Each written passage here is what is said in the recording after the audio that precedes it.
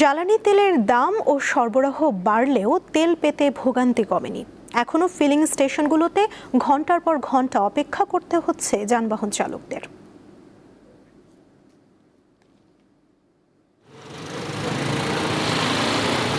হাসান নামের এক গ্রাহক কেরানীগঞ্জের কোনো পাম্পে তেল না পেয়ে এসেছেন আসাদ গেটে। তবে ভাগ্য খারাপ তার, এই পাম্পে তখন তেল বিক্রি বন্ধ। আমি অলরেডি আমাদের এলাকার 4টা পাম্প ঘুরে আসছি, ওখানে কোনোটাই তেল দিচ্ছে না। পরে বাধ্য হয়ে এখানে আসছি। আমাদের কষ্ট তো আসলে সরকার দেখে না, বাস্তবে তারা তো এসি গাড়িতে চলে, তারা কালো গ্লাস সানগ্লাস ব্যবহার করে, যার জন্য জনগণের কষ্ট আসলে তারা বুঝতে পারে না। মোস্ট এসেন্সিয়াল আমার অয়েলটা, তো আমার বৃষ্টি হলে আমার থাকতে হবে, আমার ওতলে থাকতে হবে। সেই সকাল 9টা থেকে এখনো এই রোদের মধ্যে দাঁড়িয়ে আছি। আসলে আমরা এই ভোগান্তি থেকে বাঁচতে চাই, এটা থেকে মুক্তি চাই।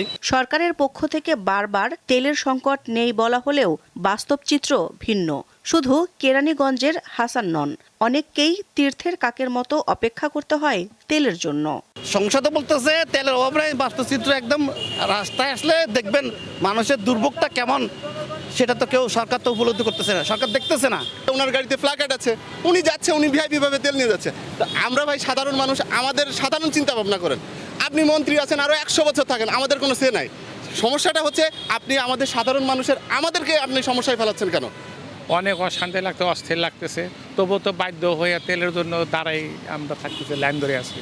28 ফেব্রুয়ারি ইরান যুদ্ধ শুরুর পর থেকে দেশের ফিলিং স্টেশনগুলোতে তেলের জন্য লম্বা লাইন শুরু হয়। 1.5 মাসের বেশি সময় পরও সেই চিত্র বদলায়নি। গ্রাহকরা বলছেন, মূল সমস্যা শনাক্ত করে দ্রুত এর সমাধান করা উচিত। দিলশা দানি, দীপ্ত সংবাদ, ঢাকা।